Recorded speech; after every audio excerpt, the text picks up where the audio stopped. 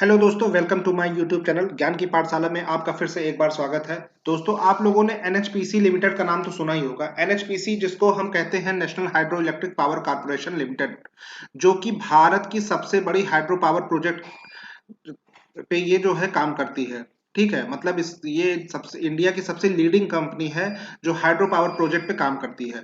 इसके साथ ही साथ ये सोलर और विंड एनर्जी पे भी काम करती है।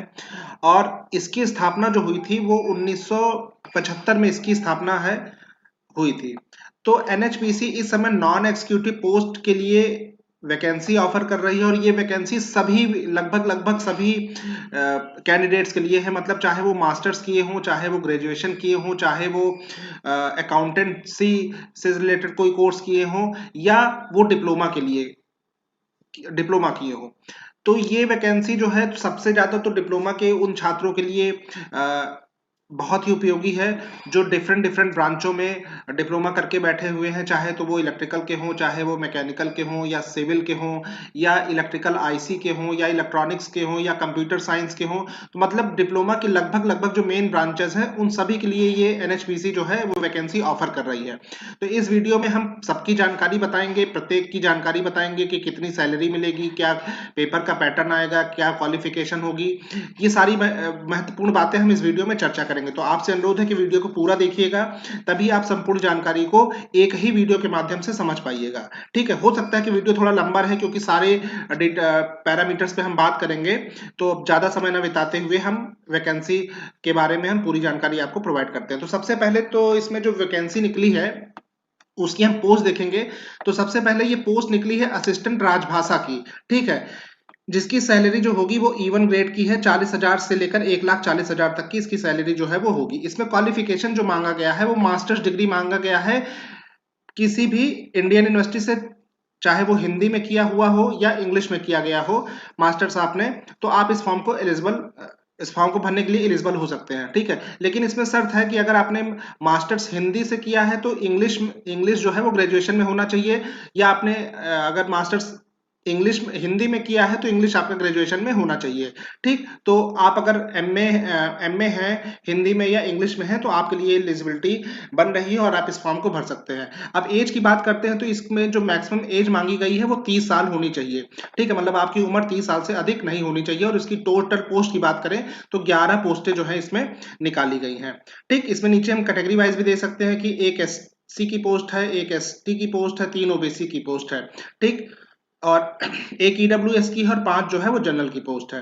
ठीक, इसमें साथ ही साथ इस पोस्ट के लिए एक्सपीरियंस मांगा गया है कि आपको मिनिमम जो है वो 3 ईयर पोस्ट क्वालिफिकेशन आपके पास एक्सपीरियंस जो है किसी भी सरकारी सेंट्रल गवर्नमेंट में या स्टेट गवर्नमेंट में होना चाहिए। ठीक, अब हम दूसरी वैकेंसी की बात करते हैं जो सबसे ज्यादा महत्वपूर्ण है, जो कि जूनियर इंजीनियर सिविल के लिए निकाली गई है।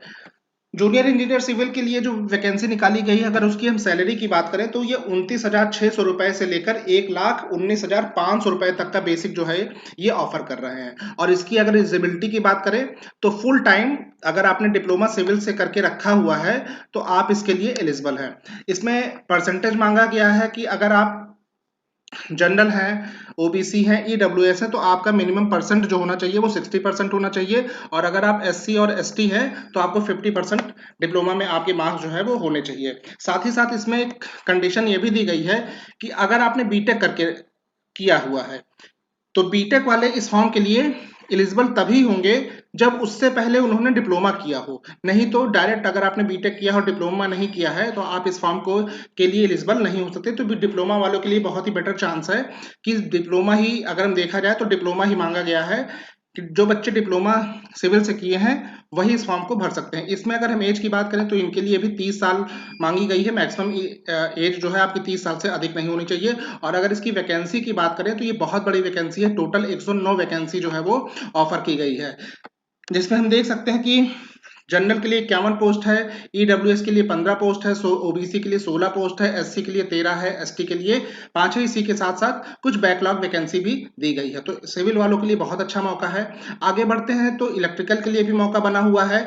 अब दूसरी पोस्ट जो इसमें निकाली गई है वो जूनियर इंजीनियर इलेक्ट्रिकल के लिए निकाली गई है, जिसमें सेम सैलरी ऑफर की जा रही है। आप देख सकते हैं 29,600 रुपए से लेकर 1,19,500 रुपए इसका बेसिक जो है वो होगा। इसमें भी जो क्वालिफिकेशन मांगी गई है वो फुल टाइम 3 ईयर डिप्लोमा मांगा गया है इलेक्ट्रिकल में, और इसमें भी आपके परसेंटेज 60% होने चाहिए जनरल के लिए और ईडब्ल्यूएस और ओबीसी बच्चों के लिए, और 50% होना चाहिए एससी और एसटी के लिए, जैसे कि ऊपर सिविल वालों के लिए मांगा गया था।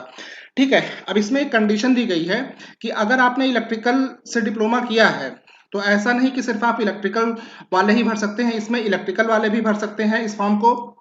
जूनियर इंजीनियर इलेक्ट्रिकल में इलेक्ट्रिकल एंड इलेक्ट्रॉनिक्स वाले भी भर सकते हैं, इलेक्ट्रिकल पावर सिस्टम वाले भी भर सकते हैं, या पावर इंजीनियरिंग से अगर आपने डिप्लोमा करके रखा है तो भी इस फॉर्म को आप भर सकते हैं।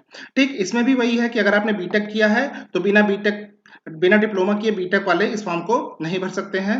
एज की बात करें तो सेम कंडीशन इसमें भी है, 30 साल मैक्सिमम एज होनी चाहिए, और इसकी वैकेंसी की बात करें तो टोटल 46 वैकेंसी जो है वो इसमें ऑफर की गई है। ठीक है, तो सिविल के लिए हो गया बढ़िया मौका, इलेक्ट्रिकल के लिए हो गया बढ़िया मौका। अब आते हैं मैकेनिकल वालों के लिए। भाई जब इलेक्ट्रिकल और मैकेनिकल वाले, इलेक्ट्रिकल और सिविल वाले आ गए तो मैकेनिकल वाले कैसे पीछे रह सकते हैं, तो उनके लिए भी ये वैकेंसी ऑफर की गई है जूनियर इंजीनियर मैकेनिकल के लिए। तो इसमें भी आप देख सकते हैं सेम सैलरी पैकेज है, और इसकी जो क्वालिफिकेशन मांगी गई है वो भी मांगी गई है full time diploma in the mechanical engineering. ठीक, सेम कंडीशन है, 60% आपका मार्क्स होना चाहिए ओबीसी जनरल और ईडब्ल्यूएस के लिए, और 50% मार्क्स होना चाहिए एससी एसटी और पीडब्ल्यूडी के लिए। ठीक है, मैकेनिकल वालों के लिए भी कंडीशन है, अगर आपने मैकेनिकल डिप्लोमा जो है वो मैकेनिकल से किया है, या प्रोडक्शन से किया है, या ऑटोमेशन से किया है, ऑटोमोबाइल से किया है, तो वो लोग भी इस फॉर्म को इसी कैटेगरी में फिलअप कर सकते हैं। ठीक, इसमें भी वैकेंसी की अगर बात करें तो टोटल 49 वैकेंसी जो है वो ऑफर की गई है, जिसमें 18 पोस्ट जो है वो यूआर की है। ठीक है, ईडब्ल्यूएस की 5 पोस्ट है, एसटी की 3 पोस्ट है, ओबीसी की 11 पोस्ट है, और एज लिमिट की अगर बात करें तो इसकी भी मैक्सिमम एज लिमिट जो है वो 30 साल दी गई है।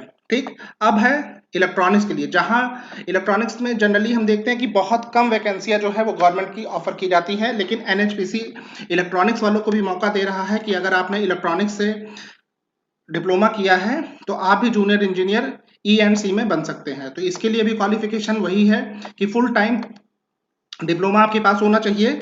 ठीक है, इलेक्ट्रॉनिक्स एंड कम्युनिकेशन ब्रांच में, और इसमें भी परसेंटेज जो है बाकी के लिए जो मांगा गया है कि 60% और 50% रिस्पेक्टिव, वो आपको भी पूरा करना है।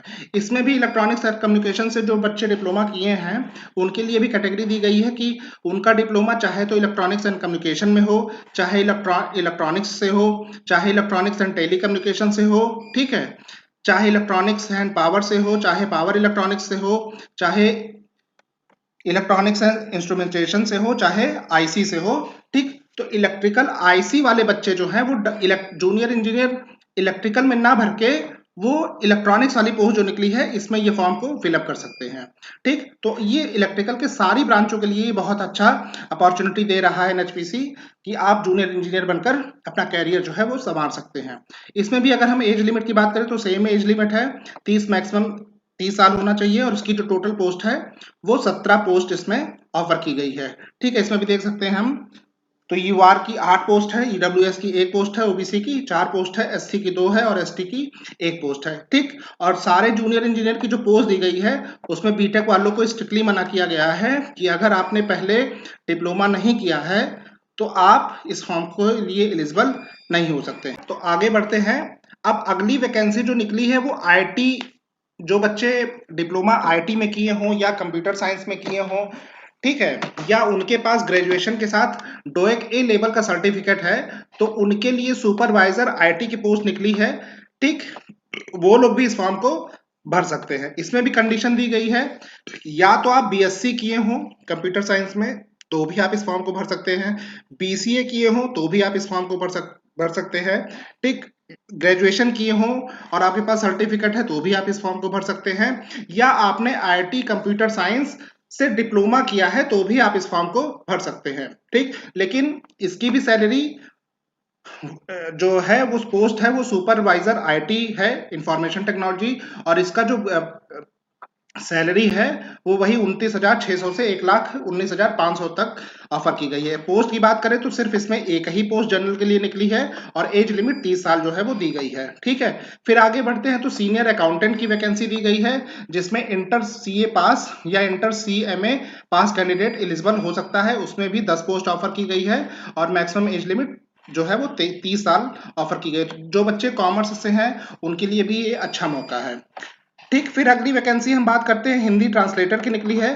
तो कोई भी अगर मास्टर डिग्री किया है हिंदी और इंग्लिश में और उसके पास एक्सपीरियंस है 1 ईयर पोस्ट क्वालिफिकेशन एक्सपीरियंस है, तो हिंदी ट्रांसलेटर की पोस्ट वो भर सकता है। इसकी भी मैक्सिमम जो एज लिमिट है वो 30 साल दी गई है और इसमें पोस्ट जो है वो 5 जो है वो मांगी गई है। ठीक, इसमें आप क्वालिफिकेशन चेक कर सकते हैं कि अगर किसी ने diploma in translation from English या हिंदी से किया है तो भी वो इस फॉर्म के लिए वो भी एलिजिबल जो है वो हो सकता है।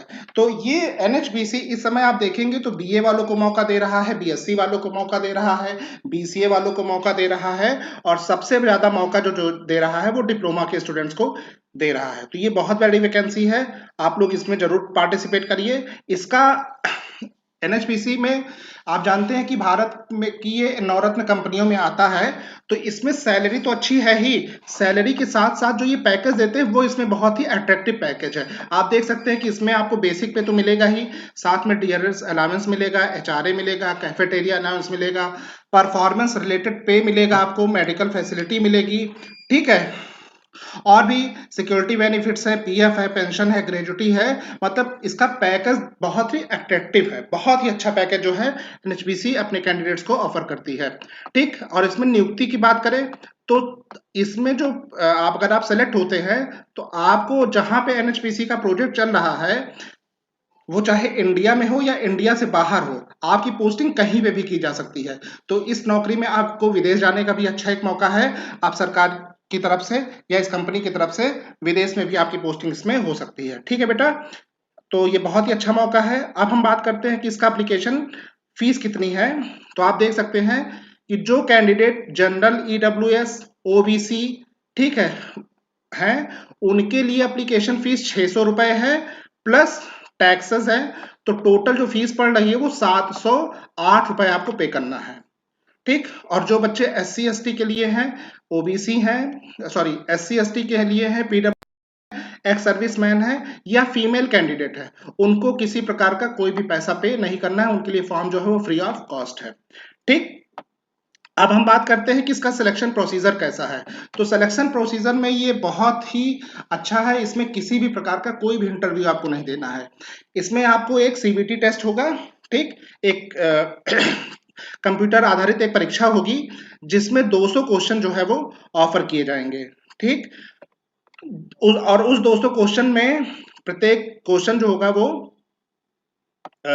1 नंबर का होगा और निगेटिव मार्क्स भी इसमें रहेगा, तो 1/4 इसका निगेटिव मार्क है। लेकिन इसमें शर्त दी गई है कि जनरल ओबीसी या ईडब्ल्यूएस कैंडिडेट के लिए मिनिमम 40% कट ऑफ दिया गया है। ठीक, मतलब मिनिमम आपको 40% पाना ही पाना है और एससी एसटी के लिए 35% मार्क्स जो है वो लाना है।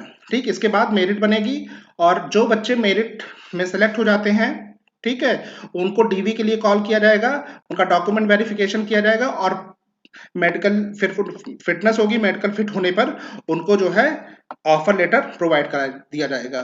ठीक, तो सिलेक्शन इसमें बहुत ही आसान है, सिर्फ आपको सीबीटी देना है और इसके बाद कोई भी इंटरव्यू आपको नहीं देना। सीबीटी जो होगा वो डिफरेंट डिफरेंट सेंटर्स दिए गए जैसे अहमदाबाद, बैंगलोर, भोपाल, लखनऊ, ईटानगर, जम्मू कश्मीर। ठीक है, तो यहाँ पर आप सेंटर जो है वो अपना दे सकते हैं और यहीं पर आपकी परीक्षा जो है वो होगी। ठीक, पैटर्न आपको मैंने पहले ही बता दिया कि जो एग्जाम होगा वो हिंदी इंग्लिश दोनों भाषाओं में होगा। ठीक है, और परीक्षा जो है वो 3 घंटे की होगी, 200 मार्क्स का, जिसमें से अगर आप हम डिप्लोमा के बच्चों की बात करें, चाहे वो सिविल से हो, इलेक्ट्रिकल से हो, मैकेनिकल से हो या इलेक्ट्रॉनिक्स से हो या सुपरवाइजर की पोस्ट है, तो 200 क्वेश्चन उसमें आएंगे, जिसमें से 140 क्वेश्चन जो है वो आपके सब्जेक्ट से रिलेटेड रहेंगे। मतलब अगर आपने सिविल से फॉर्म भरा है तो सिविल के 140 क्वेश्चन आएंगे, मैकेनिकल से भरा है तो मैकेनिकल से आएंगे, इलेक्ट्रिकल या आईसी से भरा है तो कंसर्न जो आपकी डिसिप्लिन है, जो भी आपके सब्जेक्ट्स हैं उससे क्वेश्चन आएंगे। उसके बाद पार्ट 2 जो रहेगा वो 30 नंबर आपका जनरल अवेयरनेस आएगा, और पार्ट 3 जो है वो 30 नंबर रीजनिंग आएगी। तो ये टोटल 300 क्वेश्चन, सॉरी टोटल जो है वो 200 क्वेश्चन हो गया, 3 घंटे में आपको सॉल्व करना है, ठीक। और इसी में अगर आप राजभाषा के ऑफिसर के लिए पोस्ट भर रहे हैं तो उसमें 40 क्वेश्चन एमसीक्यू के आएंगे 1 नंबर के, और 10 क्वेश्चन आपको डिस्क्रिप्टिव जो है आपका रिटन टेस्ट होगा उस वो होगा, ठीक है। इसके साथ ही 30 क्वेश्चन आपके जनरल अवेयरनेस और 30 क्वेश्चन आपके रीजनिंग के लिए आएंगे।